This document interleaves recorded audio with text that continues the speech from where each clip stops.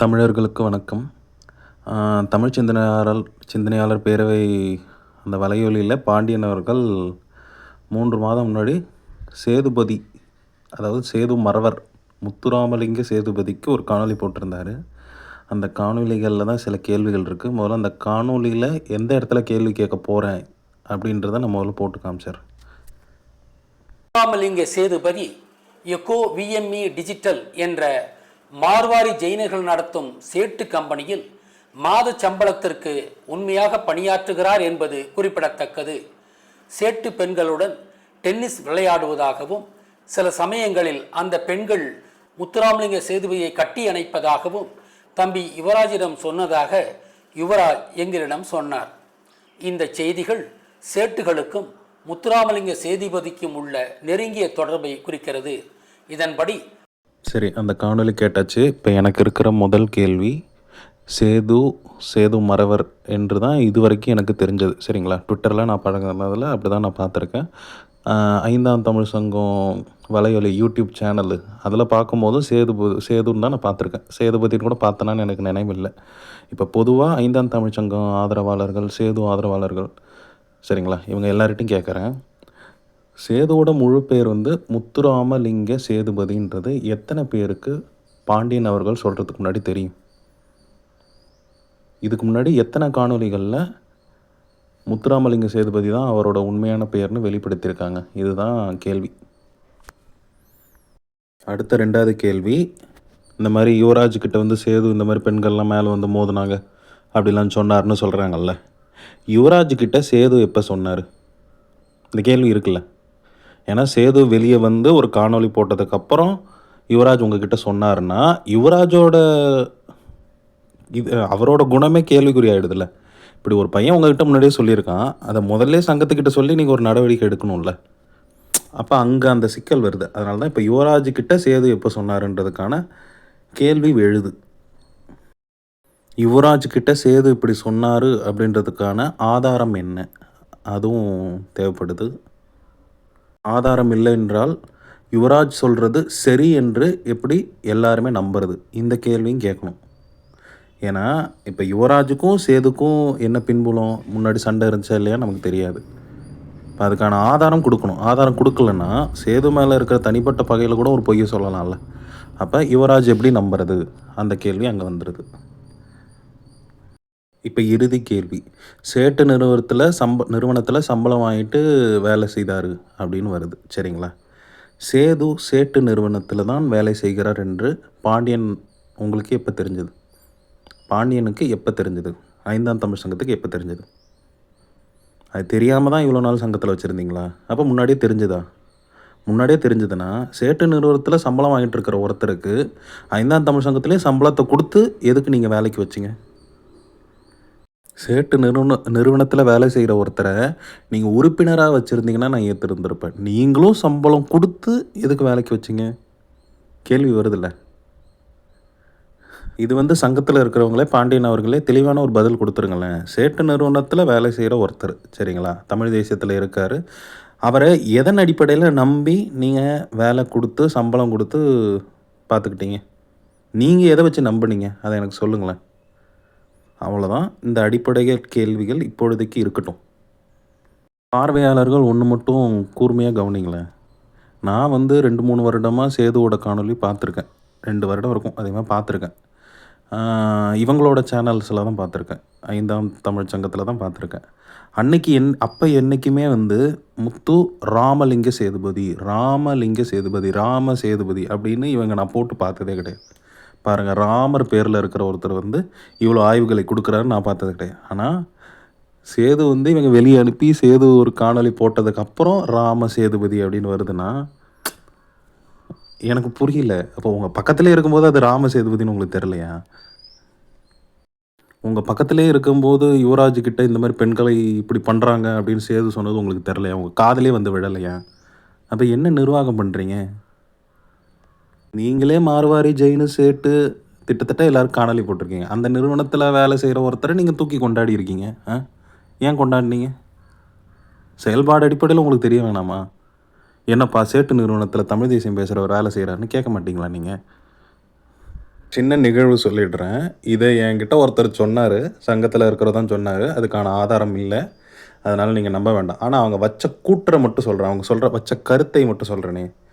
பாரிசாலன் வந்து பிறமொழியாளர்களுக்கு முன்னாடி போய் சாதாரணமாக உட்காந்து பேசுவான். அவனுக்கு உடம்பு கூசாது, அவனுக்கு எரியாது, அந்த எரிச்சல் இருக்காது, நம்ம இனத்தை அழிச்சிட்டாங்கன்ற கோவம் அவனுக்கு இருக்காது, வெக்கமே இல்லாமல் உட்காந்துருப்பான் அப்படின்னு என்கிட்ட சொன்னாங்க.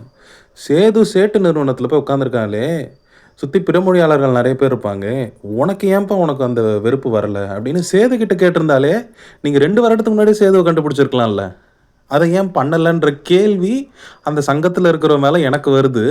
அவரோட குரு பாண்டியன் மேலேயும் எனக்கு இந்த கேள்வி வருது.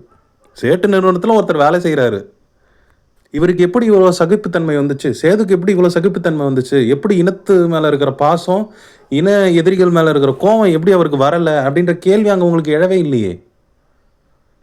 அப்போ நான் ஏன் இவ்வளோ கேள்வி கேட்குறேன்றது புரியுதா?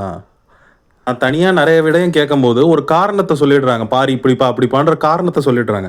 ஏன்ப்பா அதே காரணம் தானேப்பா உன் சங்கத்துக்குள்ளே இருந்தவனுக்கு நீங்கள் வெளியே அனுப்பினவுக்கு இருந்திருக்கு, அதை ஏன் முன்னாடியே கண்டுபிடிக்கலன்னு கேட்டால் அங்கே பதிலே இல்லை அவங்கக்கிட்ட. அப்போ தான் நமக்கு கேள்வி வருது, இவர்கள் உண்மையாகவே செயல்பாடு அடிப்படையில் தமிழரை கண்டுபிடிக்கிறாங்களா, செயல்பாடை உண்மையிலே இவங்க கவனிக்கிறாங்களா? செயல்பாடை கவனிச்சா நீ என்னைக்கே வெளியே அனுப்பியிருக்கணுமே. இந்த சிந்தனை ஏன் எனக்கு வருதுன்றது புரிஞ்சுக்கணும். எனக்கு பாரியும் பிடிக்கும், பாண்டியனும் பிடிக்கும். இவர் முதல்ல பாரியை கடிக்கிறதுக்கு முன்னாடி, அப்போ 2 பேருக்கு நடுவில் யாரோ சண்டை மூட்டி விட்டாங்கன்ற நோக்கத்தில் இருந்தால் தான் நான் தேடுறேன். இவங்க 1.5 வருடத்துக்கு முன்னாடி இந்த ட்விட்டரில் வந்தாங்கல்ல, ஒவ்வொருத்தர்கிட்டையும் பேசும்போது நான் அந்த கண்ணோட்டத்தை தான் பேசுகிறேன். ஆனால் இவர்கள்கிட்ட சரியான பதில் இல்லை. அப்போ தான் எனக்கு மறுபடியும் பாண்டியன் மேலே சந்தேகம் வருது, இல்லை இவரே ஏதோ ஒன்று ஏமாத்துறாருன்ற சந்தேகம் வந்துச்சு. சரியா? ஆனாலும் சரி, இங்கே உள்ளே இருக்கிறவங்க நம்புகிறாங்க, அப்போ நடுவில் யாரோ சூழ்ச்சி செஞ்சுருப்பாங்கன்றதான் நான் தேடினேன். ஆனால் நீங்கள் சேதுக்கு போடும்போது தான் சூழ்ச்சியே பாண்டியன் நீங்கள் தான் செய்கிறீங்கன்ற எனக்கு சந்தேகம் வலுப்பெறுது. சரிங்களா? எனக்கு உறுதியாயிடுச்சு. ஆனால் நான் கேள்விகளாக கேட்குறேன், அந்த கேள்விகள் நான் முன் வச்சிடுறேன். அதுக்கு சரியான பதில் வந்துச்சுன்னா சரி நான் தப்பு, சரியான பதில் வரலன்னா இன்னும் நிறைய கேள்விகள் இருக்குது, அதுக்குமே நீங்கள் பதில் சொல்லலைன்னா பாண்டியன் தான் இங்கே வேணுக்குனே தப்பு பண்ணுறாருன்றது வந்துடும். இவங்க தாங்க கேட்டாங்க, இந்த பாண்டியன் 5ஆம் தமிழ் சங்கம் தான் கேட்டாங்க, பாரி விஜய் இலும் நாட்டின்ட்டாரு, விஜயோட திருமண மண்டபத்தில் போய் ஏன் இவர் திருமணம் செஞ்சாருன்னு கேட்டாங்க. சிறப்பான கேள்விப்பா, ஆக சிறப்பான கேள்வி. செயல்பாடை வைத்து தான் தமிழரை கண்டுபிடிக்கணும், சிறப்புப்பா. சரியா? மார்வாடி ஜெயினு சேட்டுகள் அவங்கள பற்றி காணொலி போட்டுட்டு அவங்க நிறுவனத்திலே வேலை செய்கிற ஒருத்தருக்கு சம்பளம் கொடுத்து வேலை வைக்கிறீங்களே பாண்டியன், அப்போ நீங்கள் யார்? உங்கள் செயல்பாடு எதை குறிக்குது? நீங்களே இனத்துக்கு எதிரானவர், இன துரோகின்னு தானே குறிக்குது. அப்போ பாரி போயிட்டு திருமணம் பண்ணால் அது தவறு, சேது போய் வேலை செஞ்சால் சரினா அது வாழ்வாதாரம் அப்படின்னு ஒரு முட்டை கொடுக்குறாங்க. அந்த முட்டுக்குள்ளே போக வேண்டாம். எளிமையான கேள்வி, பாரி விஜயோட திருமண மண்டபத்தில் திருமணம் செய்தது தவறு, விஜய் இலும் நாட்டின்னு சொல்லிட்டு திருமணம் செய்தது தவறு. சரியா? இப்போ மார்வாடி ஜெயினர்கள் சேட்டுகள் அவங்கள பற்றி காணொலி போட்ட பாண்டியன் அந்த நிறுவனத்தில் வேலை செஞ்ச சேதுவை ஏன் சம்பளம் கொடுத்து வேலைக்கு 5ஆம் தமிழ் சங்கத்தில் சேர்த்தாரு? அதுக்கான பதில் அவங்க கொடுங்க. பாண்டியன் அவர்களை நீங்களே கொடுங்க. ஏன்னா 2026 5ஆம் தமிழ் சங்கம் ஆட்சி அமைக்கும்னு ட்விட்டரில் பேசினாங்க. பாண்டியனே சொன்னார், சில இடங்கள் நாங்கள் வெற்றி பெறுவதற்கான வாய்ப்பு இருக்குது அப்படின்ட்டு. இப்போ நீங்கள் சேது ஒரு வேளை எம்எல்ஏ ஆக்கியிருந்தீங்கன்னா, செயல்பாடு அடிப்படையில் கவனிக்காமல் எம்எல்ஏ ஆக்கியிருந்தீங்கன்னா, உங்கள் கூற்றுப்படி தான் சொல்கிறேன், நான் சொல்லலை. நீங்கள் சரியாக கவனிக்காமல் சேட்டு நிறுவனத்தில் வேலை செஞ்ச ஒருத்தர் உள்ளே வச்சு எம்எல்ஏ ஆக்கியிருந்தீங்கன்னா அந்த தொகுதி வீணாக போயிருக்கும்ல. அப்போ இனத்துக்கான விடுதலை அமைப்பு, இனத்துக்கே விடுதலை வாங்கி கொடுக்க போகிறது நீங்கள் தானே பேசுகிறவங்க, எப்படி இந்த தவறை பண்ணீங்க? இல்லைனா உங்கள் கூற்றுப்படியே வருவோம், பெரும்பான்மையான இடத்துல நீங்கள் தான் வெற்றி பெற்றுட்டீங்க, சேதுவ முதல்வர் ஆகிட்டீங்கன்னா மறுபடியுமே தமிழில் மாட்டியிருக்கும்ல.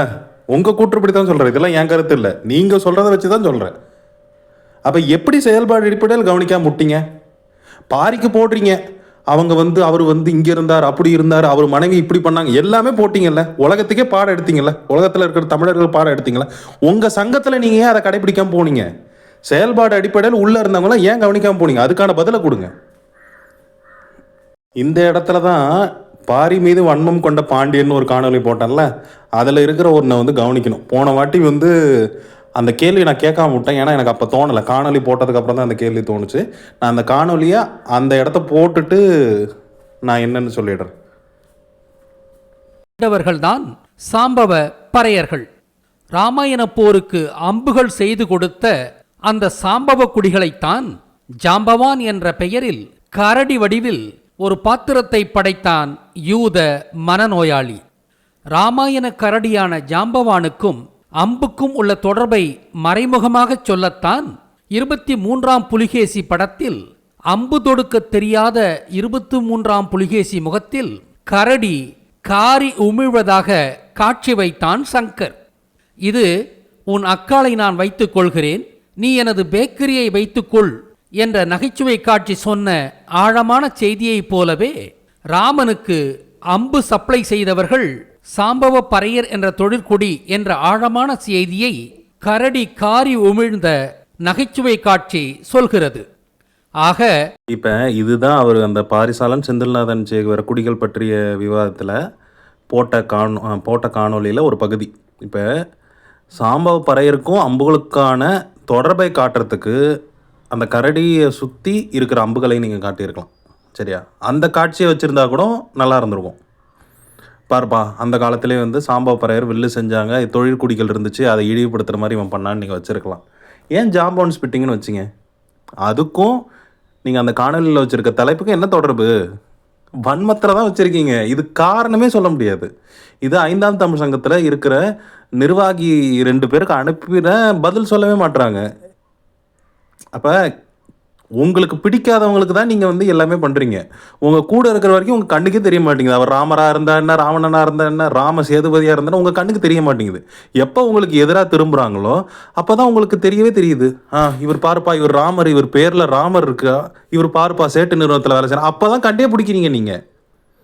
அப்போ இது எப்படி நடுநிலை ஆகும்? இது எப்படி அறமாகும்? ஒரு பக்கசார்பு எடுத்து தானே நீங்கள் பண்ணுறீங்க. உங்களுக்கு சாதகமாக தானே பண்ணுறீங்க. எல்லாருக்கும் பொதுவாக நீங்கள் நின்று பண்ணலையே. நடுநிலை இது இல்லையே. இதனால தான் அனைவரும் கேள்வி கேட்கணுன்றோம். எல்லாரும் நான் சொன்னதை சிந்திச்சு பாருங்கள். உங்களுக்கு ஏதாவது கேள்விகள் வந்தாலுமே அது கீழே பதிவு பண்ணுங்கள். அதை அடுத்த காணொலியில் இணைச்சே கேட்டுருவோம். தமிழர்கள் அனைவருக்கும் நன்றி. நாம் கேள்வி கேட்க தான் தெளிவு கிடைக்கும். நாம் சிந்திக்க தான் சூழ்ச்சிகள் அவிழ்க்கப்படும், சூழ்ச்சிகள் உடைந்து போவோம். நம்ம தெளிவாக சிந்திச்சு தெளிவாக கேள்வி கேட்டு தெளிவாக இருந்தால் மட்டும்தான் சூழ்ச்சிகள் நம்மளை நெருங்காது. அதனால் அனைவரும் கேள்வி கேளுங்க, சிந்திங்க. சொன்னதை நீங்கள் சிந்திக்கிறதையும் போடுங்க. நானும் அதை சிந்திச்சு பார்க்குறேன். தமிழர்களுக்கு நன்றி. பொறுமையாக கேட்டதுக்கு நன்றி.